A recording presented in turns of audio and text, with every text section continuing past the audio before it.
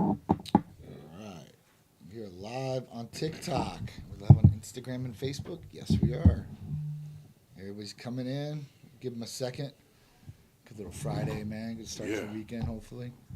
We didn't get hit by that storm. I thought we were going to get slammed by it. This is true. Thank God. We got a little rain, but nothing crazy. I love it, though. I'm in the storm-proof building, so I like to just look out the window. All right, guys. Looks like we're all in here. So welcome to Titan Lifestyle. Happy Friday from me and my brother, Big Drew. What's up, guys? That's right. This is Friday Titan Lifestyle. We do this every week at 2 p.m. live. And if you don't catch us in the live, you can always rewatch it later on Facebook, Instagram, and John said YouTube. And we also have a podcast. Man. But let's just jump right into it right now, see who's on. It's the first thing we like to do, give shout-outs. Yes. Let's see who's on right now. Mary Weeble, Smashin', Jason, Muhammad, Spark T, Jim Elliott. What's going on, brother? Big Jerk 63. Yes. Chad the Barber in the house. What's going on? SSTG.4. Soul Savage. So, we are here with you guys, like Drew said, every Friday, 2 p.m.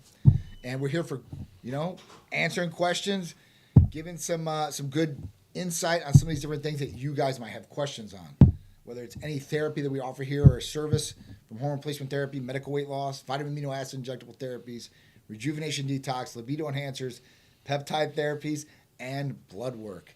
And more. Food sensitivity testing. Yes. We got IV drips. You guys get hungover, can come in and get a bag and feel a lot better. We got a lot of stuff. True. We talk about the main ones a lot, but there's so much other stuff we do too. So if you guys check out the website, TitanMedicalCenter.com, you can see everything we have to offer. Most of our popular stuff is what we always talk about. Of course. But we have a lot. Like we have a lot of stuff. Yeah, stuff for hair, skin, nails, everything. So, and we're going to keep adding on more therapies and more services too, so I'm excited about that. So, yeah, man. So if you guys got questions, or, hey, listen, if you guys don't want to talk about therapies or anything like that, you guys want to talk about muscle building, losing weight, better concentration, better sleep, maybe you don't know and you're just like trying to find out. Give us some questions. We'll start answering them. So at that point, would BPC 157 work for a torn rotator cuff? Steve-O asked us on TikTok. So, a lot of patients that have shoulder problems, whether it's rotator cuffs, labrum tears, muscles, skin, tendons, joints, you're going to really look at BPC 157 and TB 500. Now, for me, I've had great success with BPC 157 and so have a lot of other different patients. And it's been in a numerous amount of ways. Like I said, knees, elbows, golf elbow, tennis elbow, shoulder problems, inflammation in general. I mean, there's a lot of things that go along with this. So, I'm not going to say yes 1,000,000%, but yes. As far as that goes, it has helped other patients achieve this result.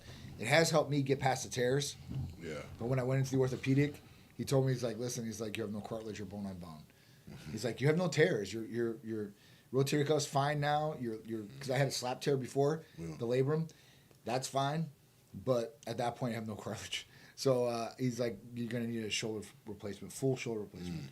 And with all the arthritis, too. That's the other thing. Yeah. I'm like, I'm 43. I can't get this shoulder replacement right now. Yeah. So I'm using BPC 157 and TB500 in the meantime. Yeah. So basically, it helps with cartilage and tendon repair. If the cartilage and tendon isn't there, the cartilage is gone. Yeah, it can't repair. So that's not a good answer, but it's a good something to state out because a lot of people have where their shoulder is completely gone, right? Or the tendons or cartilage are completely shot. Yeah. I mean, it'll help if it's damaged, but I don't think. I mean, there's nothing. It's not going to regrow a tendon or regrow cartilage. No. I wish it did, but I mean, as far as that goes, like I'm still able to lift every day. Yeah. So, I'm still able to bench press. The bar, the dumbbells, the machines. Do I have limited amount of mobility?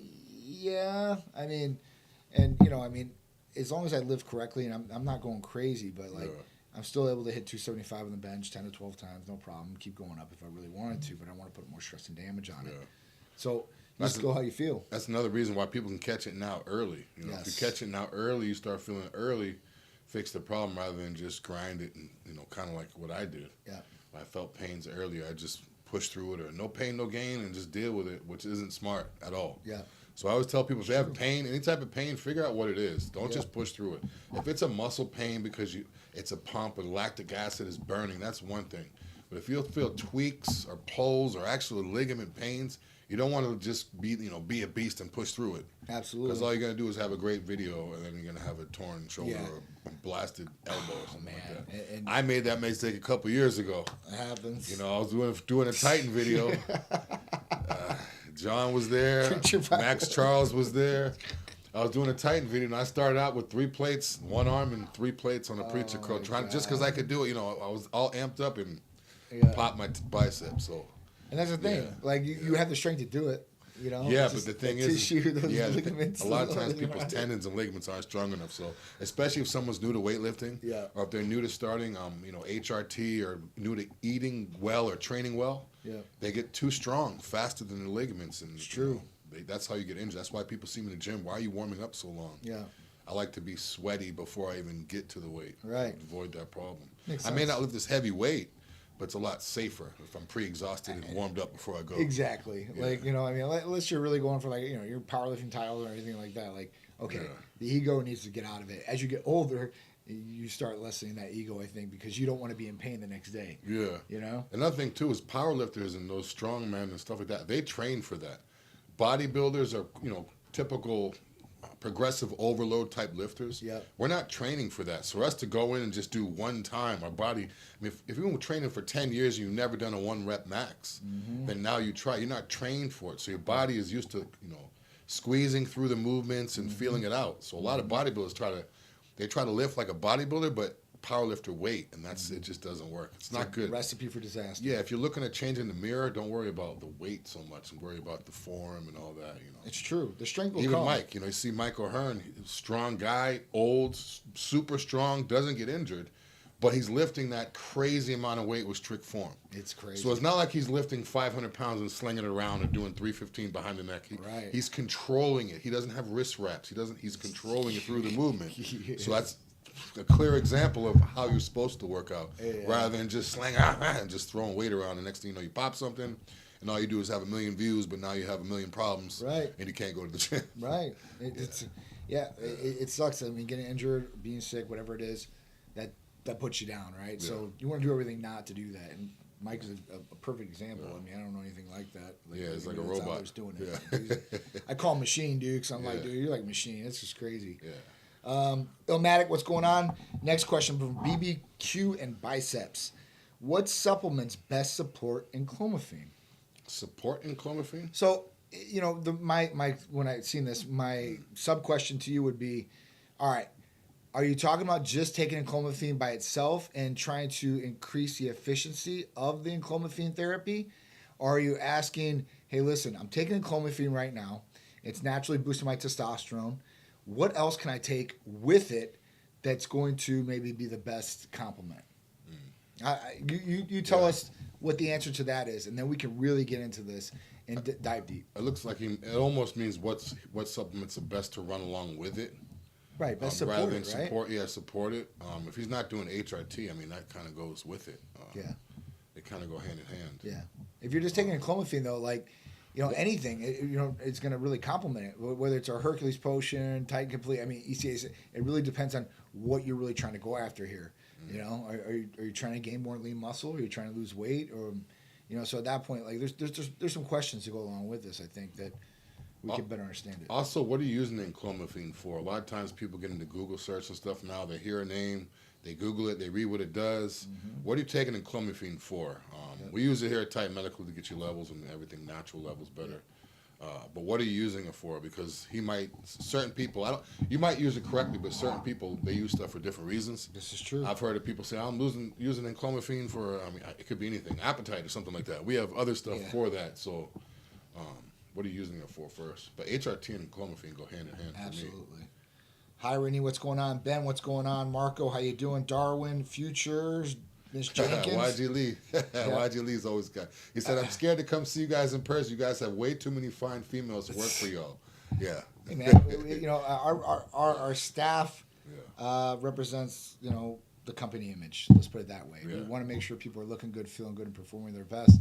And most of the girls, I would say here, live the lifestyle of some sort. They're eating good, they're eating decent, they're all trained pretty much. Yeah, we know our staff looks good and is in shape. If we have a fashion show, we could pull any of the girls in the office to do the fashion show, and we do sometimes, and they kill it and they do well. True. So yeah, it's definitely Definitely a clean look here at Titan Medical Absolutely. Center. Clean, healthy look. High standard. Hell yeah.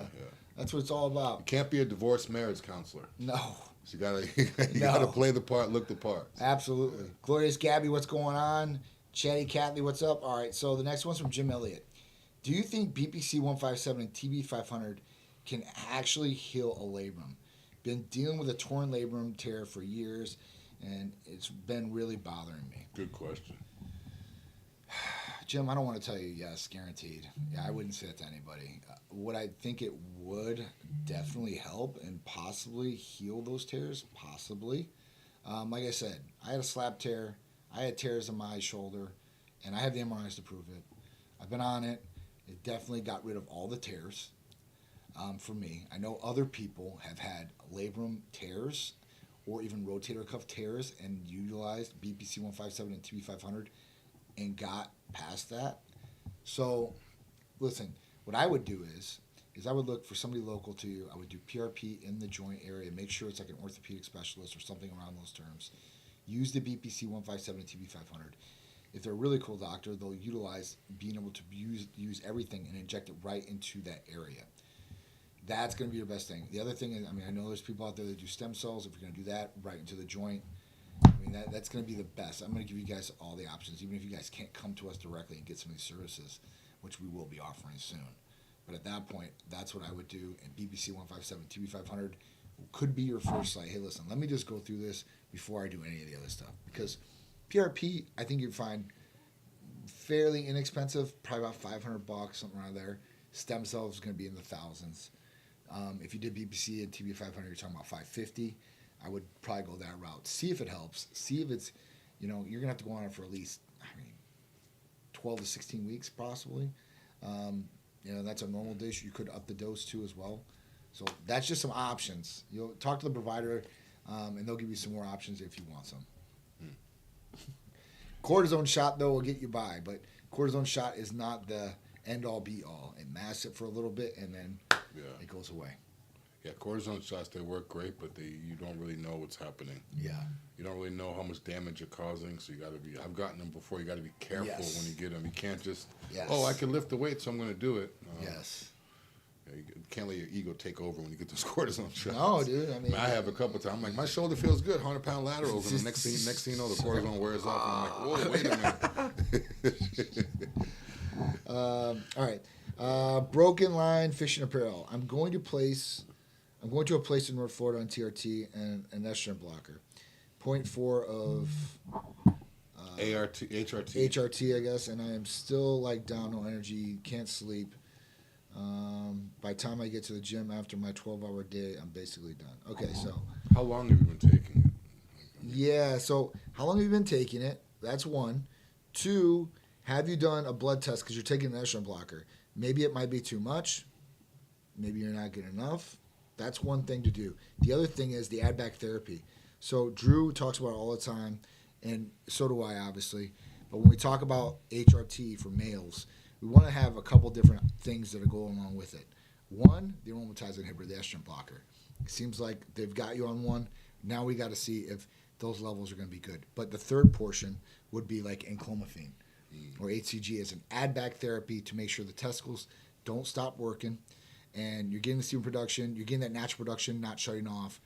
You'll feel a lot better.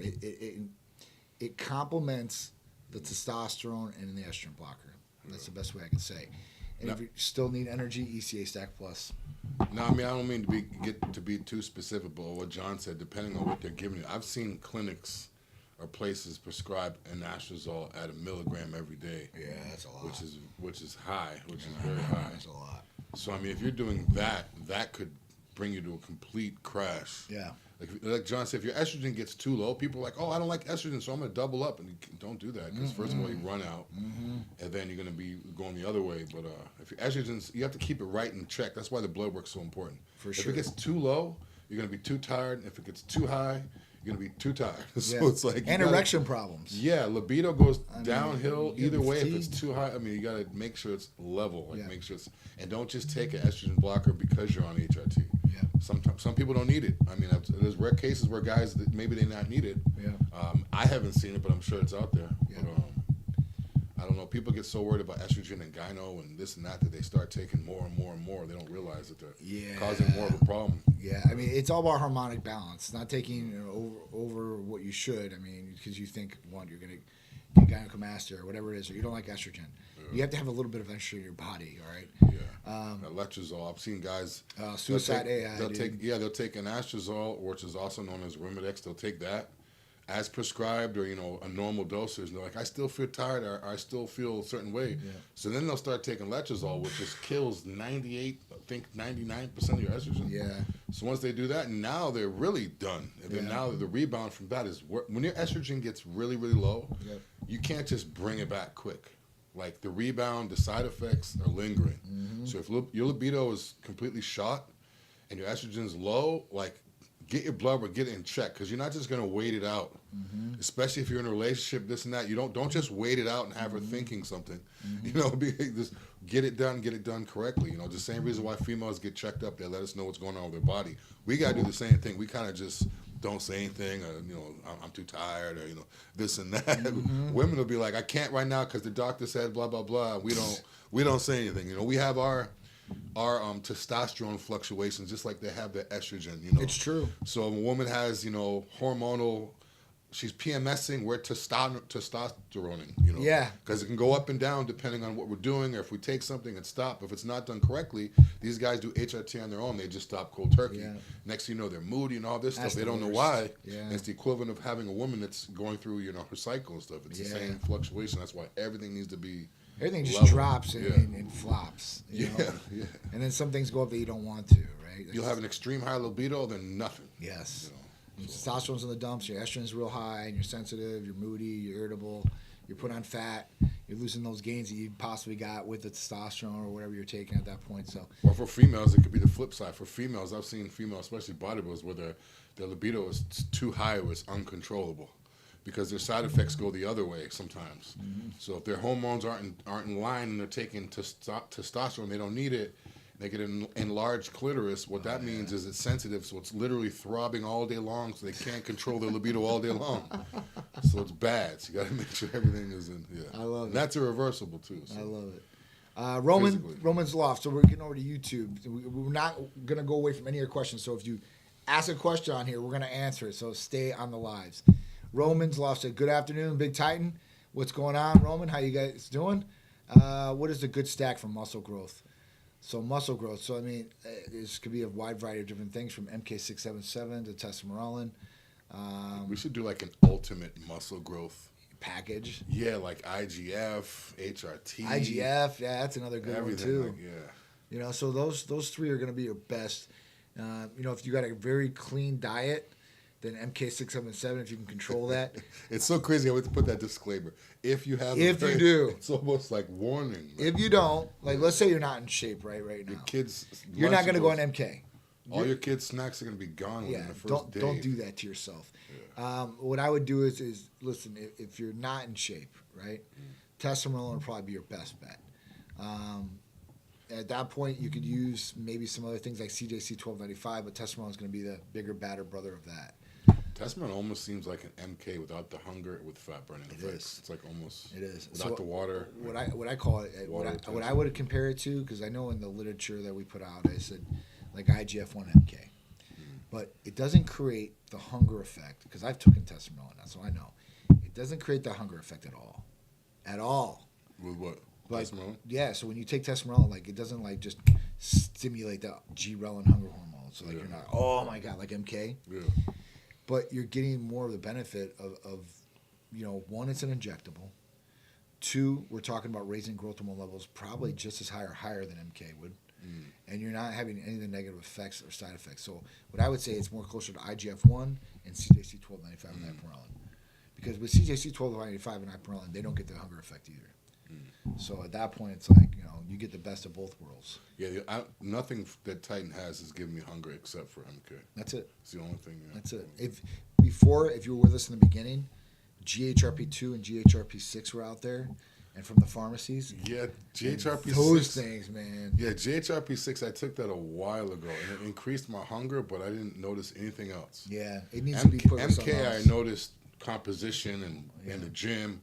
GHRP6, all I noticed was just straight hunger. I didn't know it, so I was like, what's the point? I'm not really, for me, it just didn't do anything. We used to put it with Tesamorelin, GHRP2, and GHRP6 because you have to have it tagged along another GHRH. Mine was just straight. It just GHRP6, won't work, yeah. But yeah, this is what it is. So Roman, if you have any questions, please call or text us at 727-389-3220. Roman was actually our transformation winner for guys this year too as well. So big shout out to him. Cruel Fate 843 has a good question. He said, how can you prevent kidney issues while on a high protein diet? I would say it depends on what your protein source is first. Yeah, I agree. All with protein that. isn't created equal, and some can be more taxing on your kidneys than others. Absolutely. So it would just depend what type of protein, high protein diet are you talking of. I've heard of people doing high protein diets where it's just garbage shakes all day long because they're trying to get the protein in. Yep. Other guys are doing grass fed bison. So I mean, it just depends. Or eggs. Yeah. But I would say anything in terms of kidneys is a ton of water. A ton of water. Yeah, lower your sodium, better quality foods. It's not so much the protein, it's the other food around it. So if you're having like 6 steak meals a day, I mean, that's fine if it's steak, rice, and water.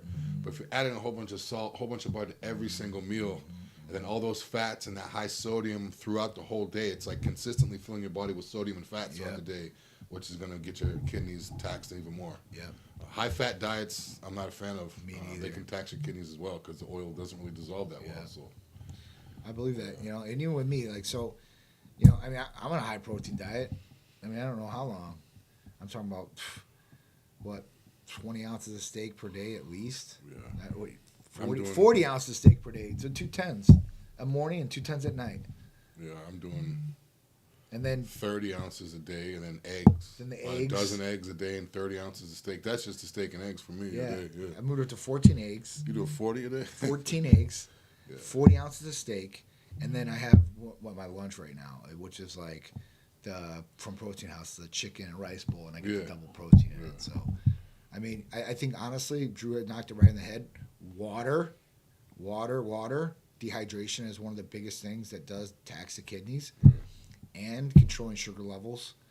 And then the other one would be blood pressure, making sure your blood pressure.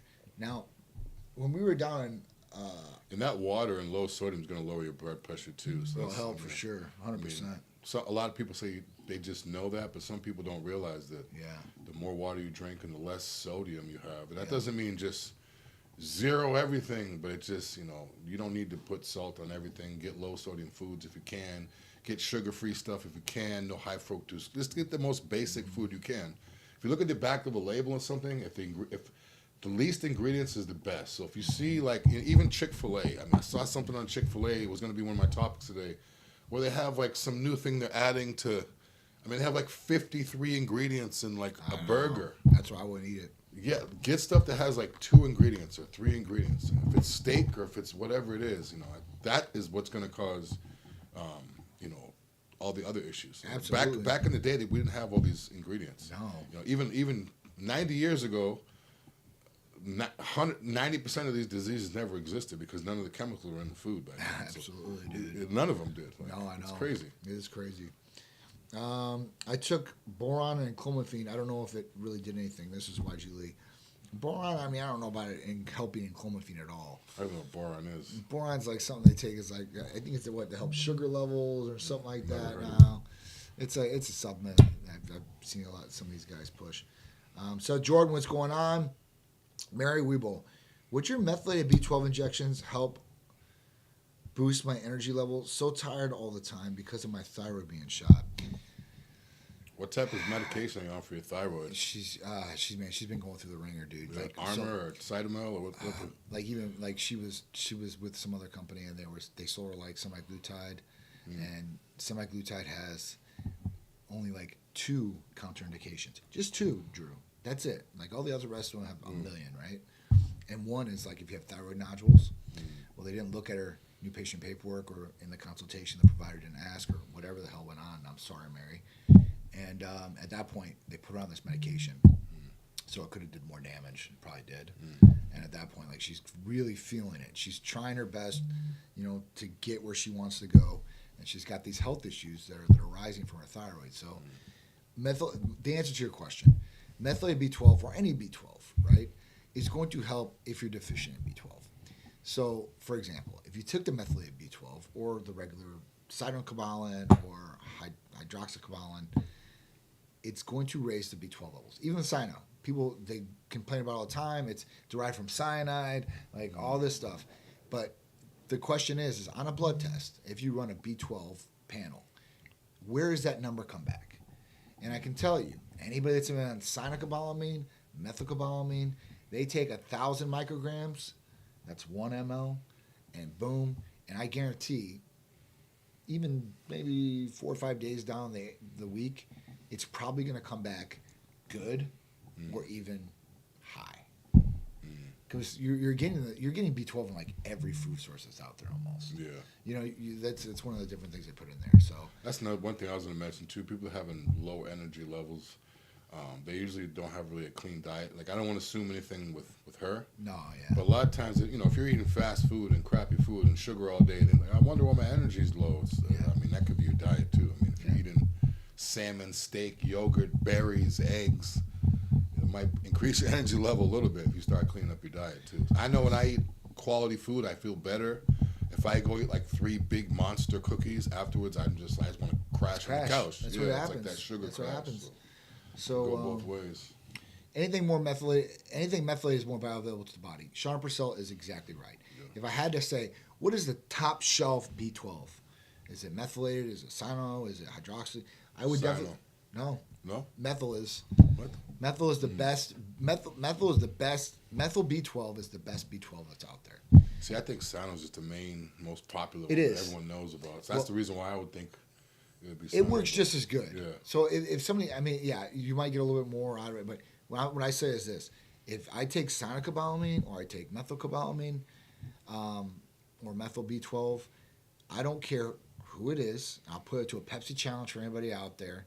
If you take it the next day or two, you're definitely going to be like above 2,000, 1,500. You're going to be way above and not deficient, guaranteed. I mean, but it's just the difference is, and this is why we use cyano in some of our products, is that methyl needs to be refrigerated.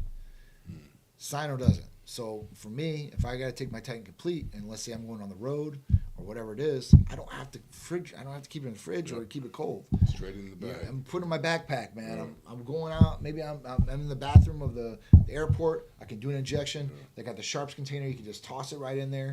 I mean, think about that. That's another reason too why enclomiphene is so big right now, because a lot of people travel, a lot of people on HRT, and they're prescribed HCG with their testosterone prescription. So now with enclomiphene, and they used to have to bring a little freezer pack. You'd have to get a little, travel lunch box with an ice pack in your luggage just for HCG. Now enclomiphene's a capsule. Yeah. So you could take it with you. The testosterone doesn't have to be refrigerated, so as long as you're prescribed that, you could travel with that legally. It's in your name. It's Absolutely. Your prescription. It's your medication. So I've seen people say, I'm on HRT, I have to go to Houston for the weekend.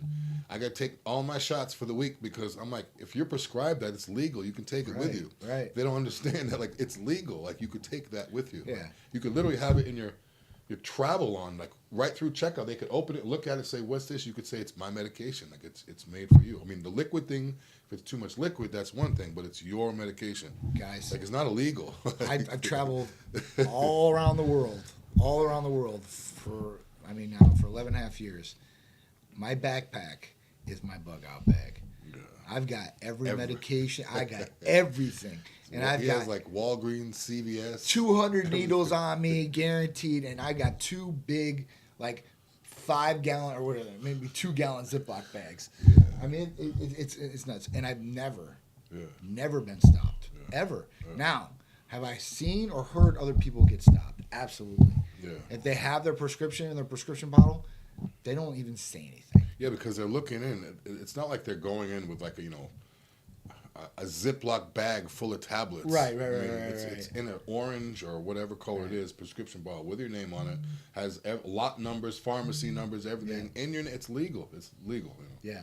You could have it in your car even if you're getting pulled over. I wouldn't recommend storing it in your car because the sunlight and the temperature will damage testosterone after a certain temperature. Yeah. But I mean, people get so paranoid because they're thinking. What happens is people did it illegally, and then now everything is legit. They're going through everything, so they still have that mindset where they're like, "Oh, I got to be careful."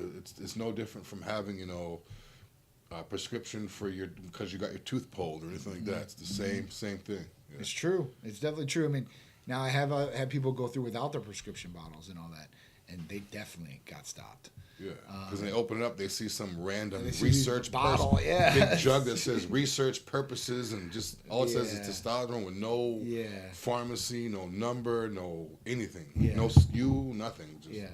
I mean, it's crazy. So at that point, like, if you're doing it the right way, you have nothing to worry about, and it's the best way to do it. It's safe too. I mean, it is. A lot of people are literally risking getting arrested every time they leave or do something just because.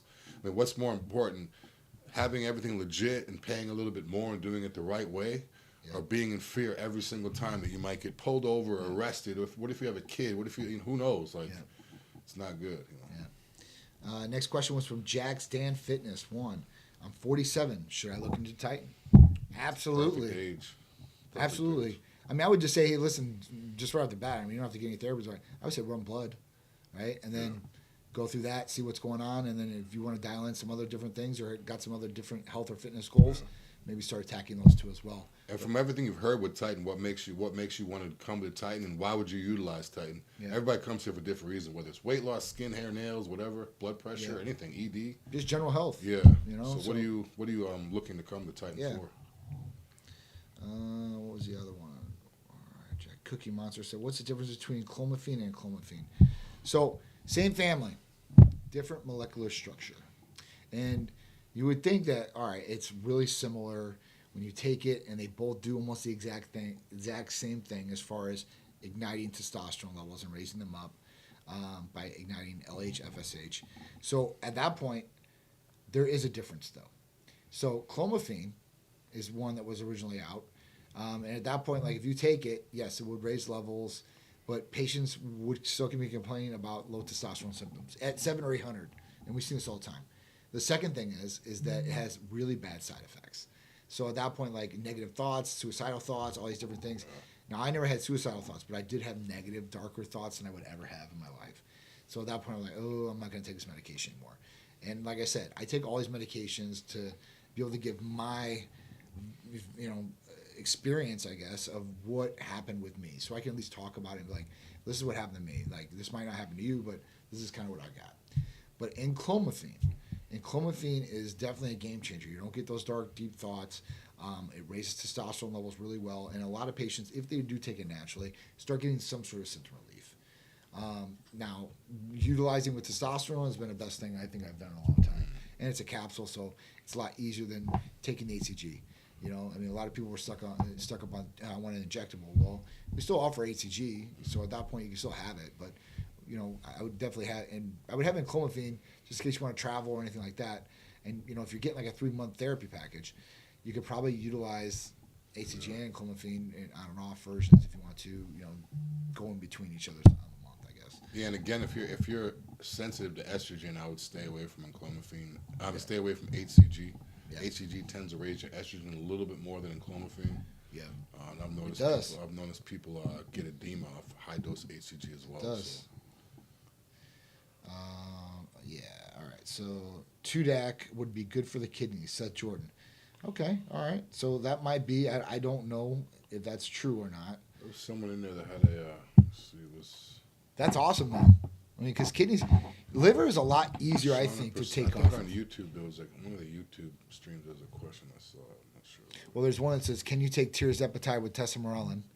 So yes, you can definitely take those two together, and you'll definitely get a great result from both of them. You're not going to be overlapping or anything like that. Tirzepatide is going to, harness the eating habits per se. It's going to slow down hunger. And at that point, it's going to help slow down digestion. It's going to help with hemoglobin A1C, which is your sugar levels. So that's a big difference right there. Testosterone is going to raise growth hormone levels, and it's going to target belly fat. So it's a great killer combination there. TT, baby, all the way. Yeah. What else we got here? Seth Jordan said testosterone doesn't affect your G-run. Yes, we went over that because at that point you don't get no hunger spikes with testosterone, but you get all the big benefits of growth hormone raising and targeting belly fat, visceral fat. There we go. Mary Wibble, I think it's Weibel. She said I eat clean eggs, chicken, Fish, tuna, broccoli, and asparagus. I'm doing Michael Hearn's Blitz meal plan. I'm on your TRT now in high dose. T3, T4. My thyroid is still low. Ultrasound is Thursday. So it's good. It's good eating a good, clean diet. I mean, Mike's always on point with his meals. So chicken, fish, tuna, everything looks good right there. Yeah. She's better than mine as far as broccoli and asparagus. I don't eat those greens, so you got me there. I don't eat tuna either. So they need to make an asparagus like a dried into a powder where you could just mix it with water. Yeah. Like not like with a whole bunch of ingredients, like literally dried asparagus, pounded, grinded into and put it in. Like a seasoning? No, like so you could just mix it with like a green drink, like mix it with some water. Like I gotcha. Because asparagus, I want to put it into my diet, but it's just so stringy and hard to eat in my teeth and the digestion. Yeah. I don't like asparagus. I don't like it at all. They have pickled asparagus now. It looks just like pickles in a pickle jar. What? It's pickled asparagus, yeah. Definitely. I mean, that kind of defeats the purpose because you're putting so much sodium every day. Yeah, that's true. I mean, maybe it probably work because it's crazy because asparagus will dehydrate you. Yeah. And then they're putting sodium in it, which is basically water. Yeah. So it's like two different avenues. Yeah. Like, do you want to lose the water weight? Do you want to gain it? I mean, are you eating it just for the taste? Yeah. It's kind of weird. I don't know. Yeah, so I've been looking into, even this goes good for you guys. Maybe you guys have more information on this than I do because I really don't look at things like this. But I'm like looking for like a snack that's more healthier at night, right? Because I do start getting a little bit hungry at night. I don't eat a lot of carbs for the day. So I'm like, all right, what can I eat? Because I obviously don't want to eat like chocolate muffins or like anything like that. I want to get dialed in for the summer. So I started looking at like protein chips. And the Quest has one. It's like a barbecued one. And there's these pop chips. There's another barbecue one. So I've been trying them, but I just want to make sure my sodium stays in check too. Yeah.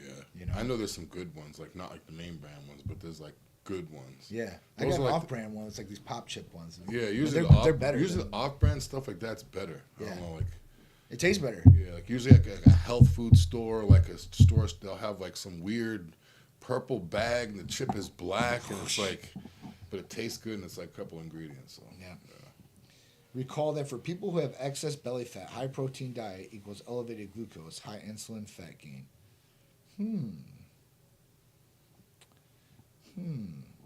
A high protein diet? No. I mean, so let's really break it down, I guess. I mean, to a certain extent. Now, I guess, as far as sugar levels go, that it's, this could be a little bit different as far as genetic-wise, how good your diet's been previous, and all these other things. But, I mean, protein is really what you want to get into the body to be able to sustain muscle, grow muscle. And at that point, you really don't want to, if you were to X out carbohydrates, and now I'm not saying to X out carbohydrates completely out of your diet, but if you carb cycle or anything like that, you're usually going to lose weight. Carbs or any sugary drinks, whether it's Gatorade or whatever it is, I mean, that's going to really stack fat on you more. If you were just to eat, let's say you were just to eat chicken and quarter cup of rice every day, every meal, you're probably not going to gain belly fat there. But you might be in a deficient calorie level too, depending on how much chicken and rice you eat. Again, I don't believe what he's saying if it's within reason. Like a high protein diet is within reason. When people hear high protein, like some people go extreme. Like they hear Ronnie Coleman did 500-600 grams, and they feel like, oh, I'm gonna do that too. Like, first of all, you're not 300 pounds. You're not Ronnie Coleman. Right. You don't need like 600 grams of protein per pound body weight. Right. No, unless you're Brian Shaw, and you weigh 450 pounds. I mean, he literally probably needs 600 because he weighs 450. You're doing like a gram, maybe a gram and a half of being extreme. Yeah, a gram and a half is not extreme. You don't think so? I mean, like if you're trying to gain, that's more like the way to do it, right? Yeah, it's pretty normal. A gram to a gram and a half is normal. But I mean, when people, like saying, for instance, if it's a woman and she weighs 120 pounds and she's taking in like 300 grams of protein, that would be too high. Yeah. Because what she's doing is she's doing 50-gram protein shakes 3 a day, and then she's doing like 4 meals with 50 grams. Yeah. Then it becomes too high. But I mean, if you're doing like, a gram to gram and a half of the right protein, I really don't see that causing any problems at all. Because I mean, you don't unless you have any serious like kidney issues. Yeah. But again, I mean, if you're a healthy person, I can't see why that would. I've always seen extreme protein diets where people lose weight, they lose belly fat. I usually do on high protein diets too as well, depending on what the protein source is. And the timing too of your protein. If you're only having 2 meals a day and you're eating a big meal right before you go to bed, it's different. But if you're spacing out your protein, quality protein throughout the day, I mean, you're going to look better, feel better. I mean, you can do steak-only diet, steak and salt. There's a new thing now. where it's a steak and salt diet. I've seen Salt? it all over the internet. But they don't do high salt. Are you talking about just pinch? Yeah, like just a little bit. Right. They have this new thing, steak and salt diet, steak, salt, and water, and people are like losing inflammation. It's the craziest thing ever. All these years of no red meat, and So I was actually thinking about doing it like a steak and eggs diet with no carbs. I'd suffer and just deal with it, just to see if I could do it. Like, see if I could do 30 days with no carbs, steak and eggs. Yeah. That's it. Yeah. I mean, I'd probably be spending a lot eating a ton because you get so hungry. Absolutely. I can eat a dozen eggs and be hungry in 30 minutes, but it might work. What else we got here? So we do the work and they say it's fine. And it was TRT 0.2 times a week, quarter of a pill of estrogen blocker 2 times a week. So I'm assuming that's in a nastrozole. Yeah, so that's like 20.25. Either 0.25 or point. Well, it's a quarter of a pill, so it's a 0.25. Yeah, because I'm not assuming if it was a 0.5 though, it'd be like no, real low. He wouldn't. Well, it says a pill. If it was a capsule, one thing. Yeah. So usually it'd be like a 1 milligram pill. Usually, we're just going by what we usually. So you're doing half a milligram a week. Yeah, and then he's doing so what? Not even an ml. He's doing 0.8, depending on what the milligram per ml is, because that could be 200, that could be 225. I've seen some different variations out there from pharmacies. But usually it's 200. So at that point, you're taking 0.8. So you're taking, 180 milligrams a week? 0.25. So I really got to see blood work on you, man, at this point. Been on it 4 months. The first 2 felt great. They're going to feel great. The first 2 usually do, no matter what. But then you start getting those conversions, and then you start getting the problems. I would definitely blood test and see where everything's at. Be consistent with your medications when you do. And at that point, adjust and then retest. If you want somebody to look at it that knows what they're doing and can really dial you in, give us a call or text, 727-389-3220. If you're going to go your route, whatever you're doing right now, get a blood test. Test free and total testosterone levels, test estradiol levels, and just see where those levels are at. You don't have to do anything really crazy. Now, if your free testosterone is low still, because I didn't see original blood work and we didn't talk about that. But sometimes total testosterone is high, free testosterone is low, and at that point, or both, and you go on testosterone and it raises up. But see, the only thing that I would say that it probably wouldn't be that is that you've been on it 4 months, the first 2 months felt great. If in the first 2 months you didn't feel good, I would say, hey, listen, this might be an issue. But that might be something where clomiphene could be thrown in there. Absolutely. Because if you're doing that now, and that seems like almost natural test. Like, I don't know, it just seems like clomiphene would be something that would definitely help boost with it. For sure. Shauna also said high glycemia equals high glucose equals. Whenever I see people write stuff like that, it's like it sounds good on paper, or even if I have a glucose meter and all that, it could say I'm this, I'm that. But I know for me, if I eat high protein, I'm not going to have any of that. So in terms of like studies and all that, I mean, it's just like everybody's different. Exactly, and everybody's body will process different to a certain extent. So even genetics does play a role in this. Huge. I'm not saying it's the end all be all. I'm not saying if it's in your genetic code from one of your previous parents or grandparents or whatever it is, it doesn't mean you're guaranteed to get the exact same thing.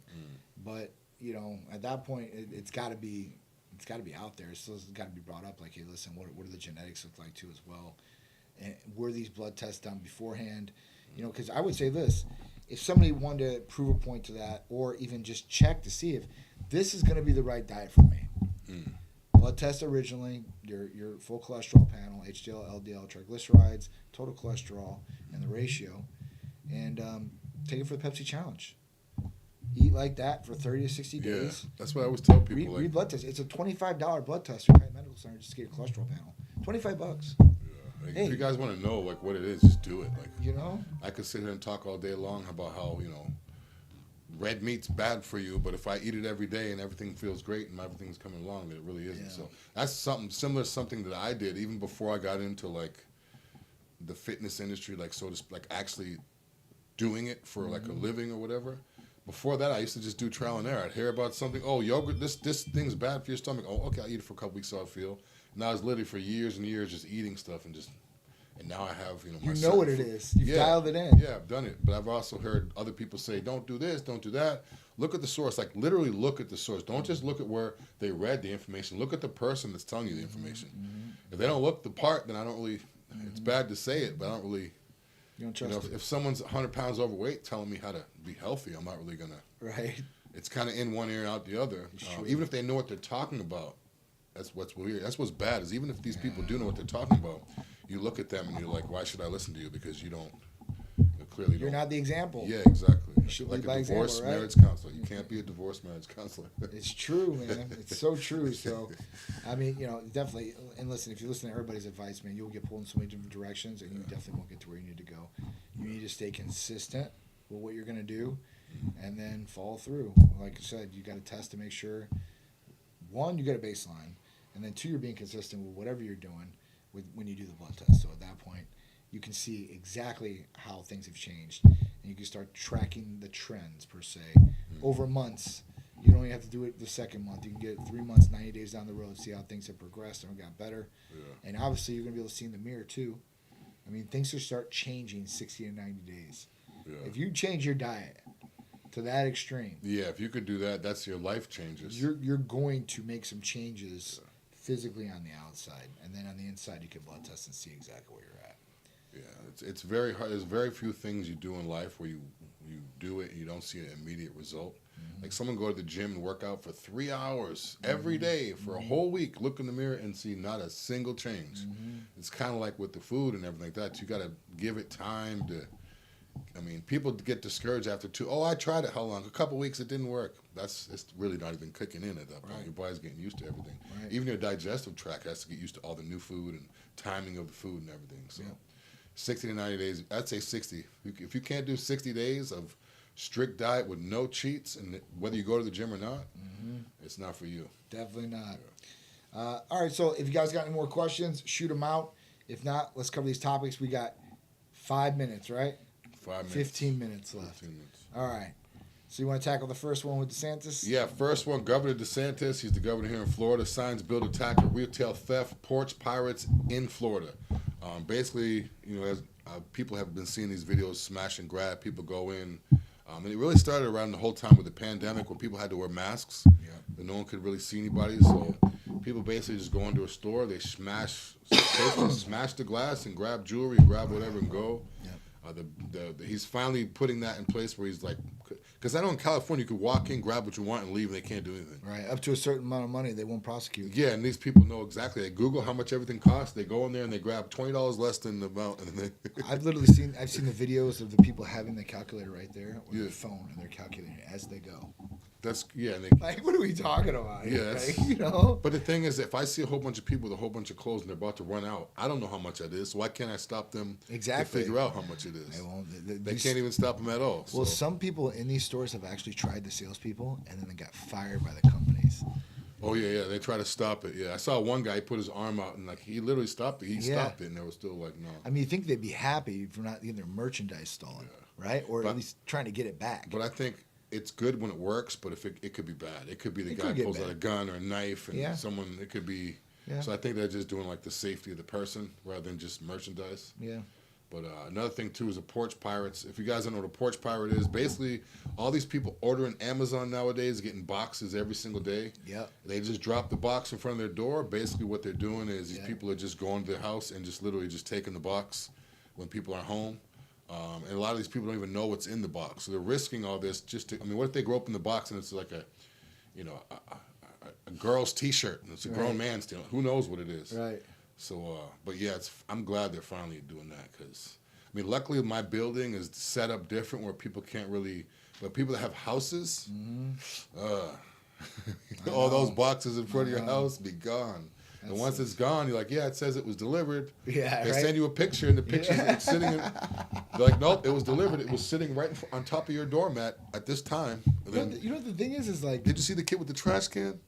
This kid had a trash bag, in a disguise. It was like a costume of a trash bag. Oh my God. It looked like a black trash bag, and he was in it. He was going like this, slow by slow, all the way up to the door and took a package. You can Google it right now. Guy, he had a trash bag. Yeah.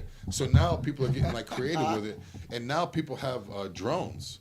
So if you have a drone, you can literally just be flying around, picking up packages, scouting too, picking up packages and dropping them off to wherever all day long. So luckily, he put this in. I think it's like 5 years. Good.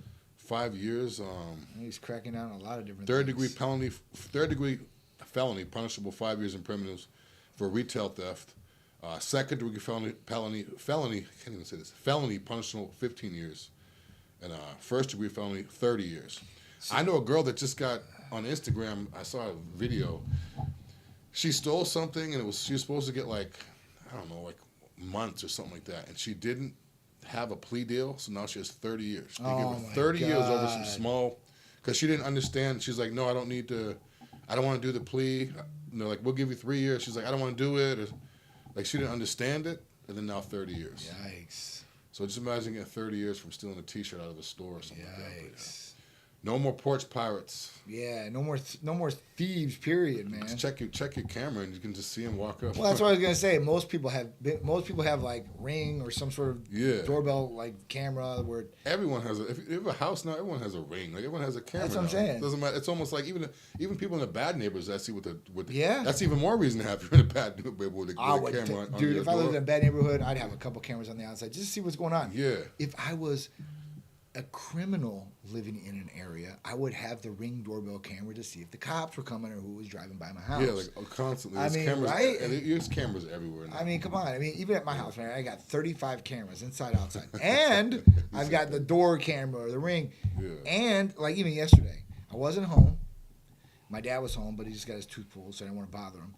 So the Lamborghini got dropped off. Now the driver wanted to park inside the garage because I'm going on a rally tomorrow. So I'm like, all right, cool. I want to make sure that he parked it correctly, and I could see exactly what went on. In my garage door opener, there are cameras in it, and there's two-way mics. I'm literally talking to this guy through my garage door opener in the garage and seeing it. And it's motion sensitive. I mean, I get to see everything that's going on. I get to talk to people. Like, hey, I'm like, what are you doing? You know, I mean, it's just crazy. It's crazy. You're just walking through your house, just talking. It's nuts. You know, I mean, so technology is a good thing for sure. Now it's good for theft, but it's also bad in terms of like cybercrime. Yeah, like cybercrime is real bad. Yeah, I mean, and privacy, you get no privacy at all. I saw a drone flying outside my window the other day for this like the second or third time. It's annoying. Like that is annoying. Yeah, I live on a tall floor, so it's like I see it going around, and it's like going. I see it go to near other buildings, and like. Like whoever they find out who it is going to be like. I know. You can't just fly up to someone's and just look through their window. No, dude. No, it's like with a it's not peeping toms. And the thing is, and the thing is, you can't even really say that like, it was a mistake or something like that. I live in the 20th floor. How is that going to be a mistake to you? All the way up there. You're not just going down the street, passing by houses, like. But those drones, I mean, I can't say. It's going down one of these days. Yeah, for sure. Someone's going to take it down. It's going to be me, but after a while, someone's going to throw a rock up there or grab it or do something where, I don't know. Those drones are getting bad. They are. They're getting bad. And I saw some things. They can track them. They're going to have airspace, but you could buy airspace coming up soon where you could literally buy a pocket of air up above. Get out of here. Yeah, I was doing the other day. You could buy pockets of air like they're going to in the future. I want to buy some pockets of air. Because everything's going to be in the air. That's dope. So the same reason why I buy By acre of land, you could buy acre of layer on your coordinates, like above, like you'd be like, yeah, it's over here above this. That's my air pocket. And then it's going to be like a no-fly zone where if you're coming up, who sells that? You think who I has don't the know. rights to sell something like that? Who knows? That is Because crazy. they're going to start utilizing the air now. I can definitely see that because the air and taxis and all these things are coming. I definitely see that. Ipa Muzura, Shoatani's former interpreter, is charged with bank fraud for stealing more than $16 million from Shohei Ohtani to cover gambling debts. $16 million for debts and gambling. That's why I don't gamble. So at that point, yeah, that's one thing. But this has got Shohei Ohtani in a ton of hot water. And the federal government got involved when this story first broke. And they were talking about a couple million at that point. The Justice Department just came out and said they're going to formally charge him and that he stole more than $16 million to do these bets. So, obviously everybody knows, if you guys don't know, Pete Rose was the original guy who got banned from baseball and cannot get in the Hall of Fame to this day because he was betting on baseball. And at that point, anybody that bets on baseball and they're a player, they're going to get blackballed like you wouldn't believe, worse than steroids or anything like that. So with this was a big deal. Luckily, Shohei Ohtani, and I don't see the MLB ever wanting to mess with him, because at that point he's the golden boy of the MLB. This guy is a phenomenal pitcher. He's a phenomenal hitter. I mean, home runs. I mean, every whole nine. And at that point, like, he's a $500 million man. So, $500 million. You know, at that point, like, with this interpreter or whatever happened here. Now, if I was Shohei Ohtani, I'd probably know what's going on more with my funds than my interpreter does. I would have if I had that amount of money, or I was getting that amount of money going to get paid, I'd definitely have just my own bookkeeper, financial guy that was just, that's what they do. Yeah. And if there was crazy amount of charges, because $60 million, that's not like 1,000. That's not like 100,000. We're talking about millions and millions of dollars. This is something that raises red flags. Like, why is your interpreter, or if maybe he was logging into Shohei's accounts and then transferring the money like that. I don't know.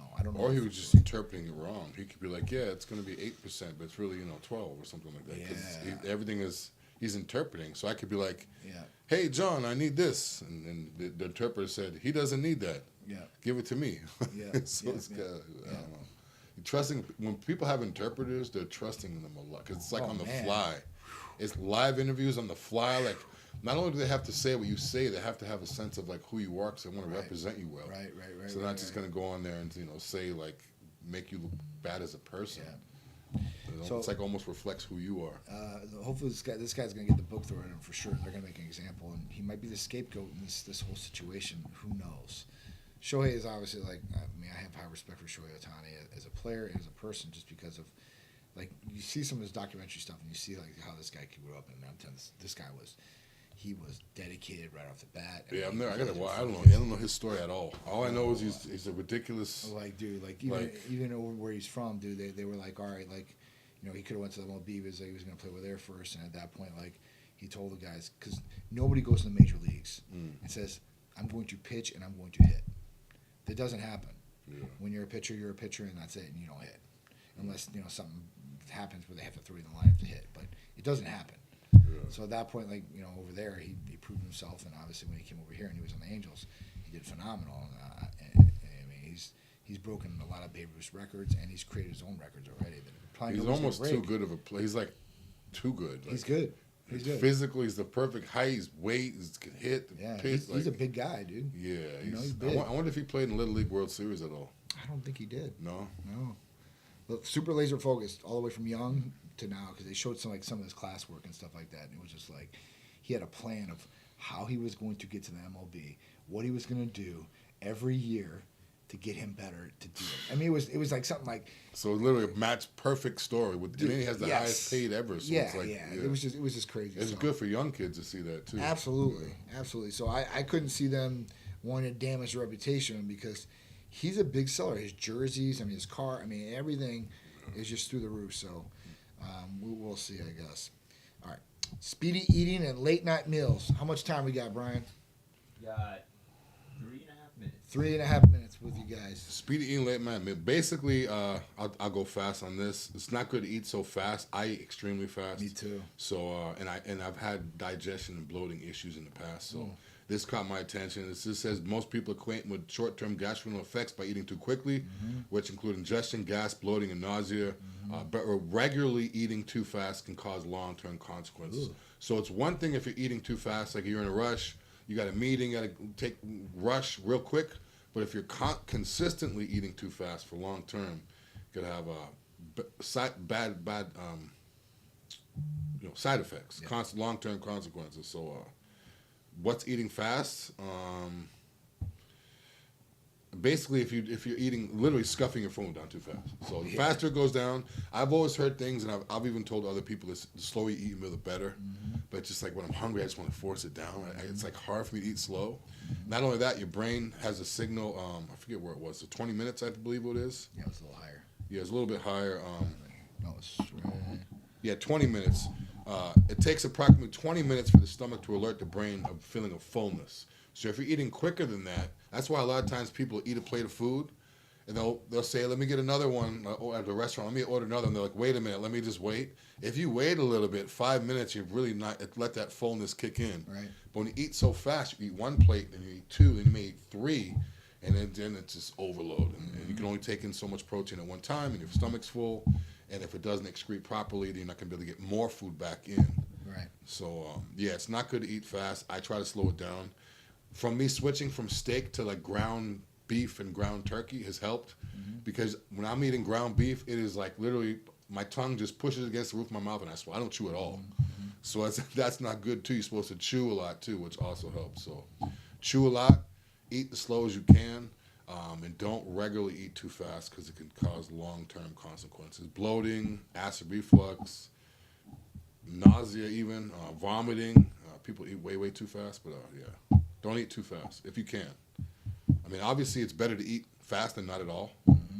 But all this evidence just basically says it's not good. I need to tell myself this.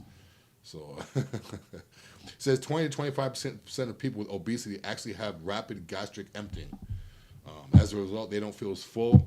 They eat a meal, they might impact the total volume of food they eat before they even feel full. So again, eat slow, eat slower, or if you normally have seconds or thirds, wait a little bit. You know, maybe drink a glass of water after your meal and wait 5 minutes. Water is definitely the way to go. Yeah. Sometimes people say don't sip water while you're eating because it helps with digestion. I'm not a fan of that. I don't get that. I've even tried that or even told some of my clients in the past to do that. But that could cause other problems too. You know, if you're slow sipping while you're eating, it's more liquid to get everything to flush out. All right. I think we're at the end here. Yeah. Time. So listen, guys, been a great show with you guys. We appreciate you guys. You guys have a great weekend. We appreciate you guys tuning in, and we will see you next Friday with another Tight Lifestyle with me and Big Drew. That's right. See you guys next Friday. Make sure you guys hit the bell on YouTube so you're notified of videos just like this. Check us out on Facebook, Instagram, TikTok, and also, that's it. We also LinkedIn, have the podcast. Podcast. Podcast, yeah. We're everywhere. Everywhere. See you guys next week. Have a great week and be